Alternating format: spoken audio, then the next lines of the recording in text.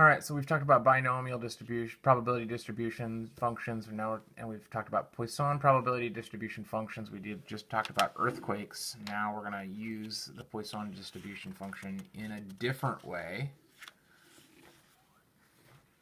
So we're going to use this to approximate a binomial. Now, because of technology, using the technology to find the binomial and just doing it straight up is not that hard. But doing it by hand, the Poisson one takes a little bit less work because you don't have to worry about n. Their book refers to some restrictions. You can only do this in certain cases. Some things that need to be true. We need to be dealing with some kind of an n really big. Again, Poisson is for when I don't have an n, when I'm dealing with something really big. So as long as my n in the binomial is really big, I can kind of assume that it works in the same way a Poisson does. Poisson works for really things that have lots and lots and lots of tries or events happening within it. So as long as my n is bigger than 100 and my NP is less than 10, indicating that my p is really small. So if I'm dealing with a lot of tries but a really small likelihood that it happens, then the binomial starts to feel kind of like a Poisson. And again, my mean is NP. That's the same as what it was in the binomial. So here is a situation. There are 4,983 students that are enrolled at Blue Ridge. Some of them are full-time, some are part-time, but they could all be on campus at some point. Every student's name is placed into a bowl on a little piece of paper. You're going to pay me $5 to draw a paper with replacement 200 times. So you give me $5, you get to pull out of this bowl 200 times, but with replacement. So you look at the paper, put it back. Look at the paper, put it back. Look at the paper, put it back. You do this 200 times. You only have to pay me once, and you get 200 tries. If in those 200 tries, at least once you draw your own piece of paper, I'll give you $100. If you don't draw your own paper, you've lost your $5 that you paid at the beginning. Okay? So, we want to think about this. Why can I use a Poisson distribution to approximate this situation?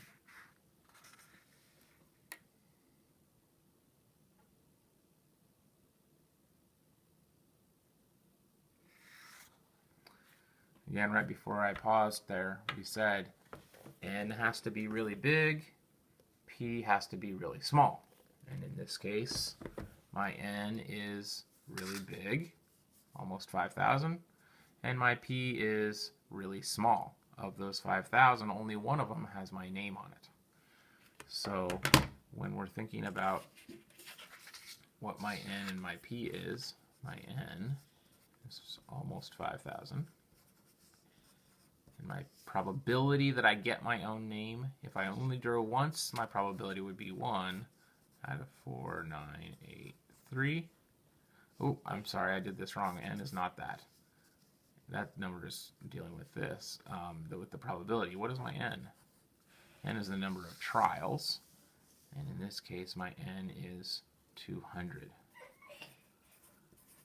So I'm going to draw 200 times. That's my n. The probability that each one of those is right is pretty small. If you want to think about that as a decimal or a percentage, 1 divided by 4,983, we're talking about 0.0002. So, less than it's about 2/100ths of 1%. So it's very unlikely that you're going to draw your own name if you do it once. But what if you draw it 200 times? Certainly, by doing it lots of tries, that helps you and is in a little bit more in your favor. I would be giving you $100 after all. So if you draw only once, what is the probability that you draw your own card? We've already calculated that. The probability that you get your own card is this right here. Why can we use a Poisson distribution? We just mentioned that as we were talking about it. My n is bigger than 100. my P is really, really small. And if I think about my mean, the NP, they said the NP has to be less than or equal to 10. If I take this number times 200, I end up with definitely less than 10. It's less than 1. So this is 0.04. So you have a 4% chance. No, that's not true. This doesn't mean a 4% chance. This means that the mean, I can kind of expect that, well, basically this is less than 1. It's saying I should expect that I'm not going to get my own name when I draw 200 times.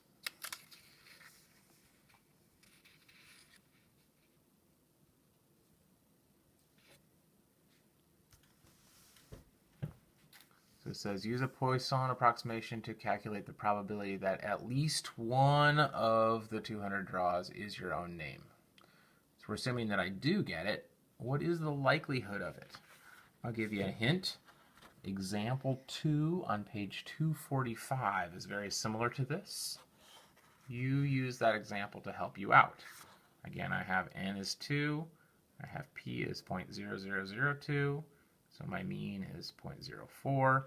With this and example 2, you should be able to figure it out. Please pause the video and go try.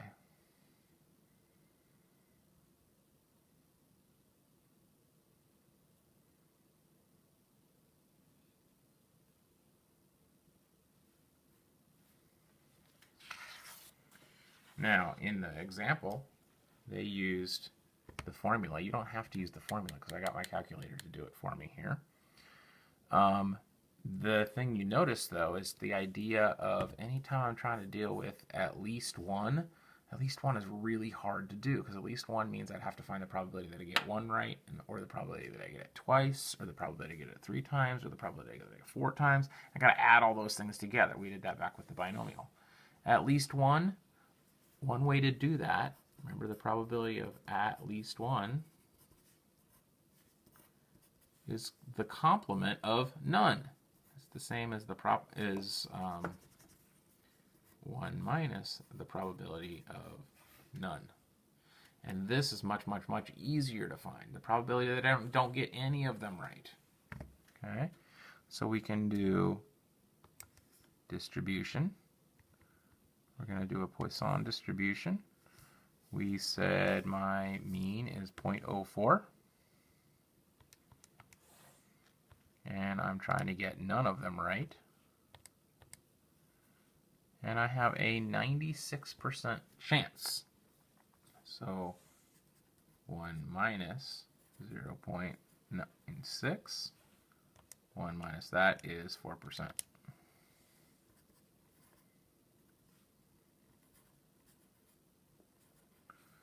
So I'm at about 4% chance that if I draw 200 times, one of those times has my own name on it. So I have about a 4% chance of winning that money.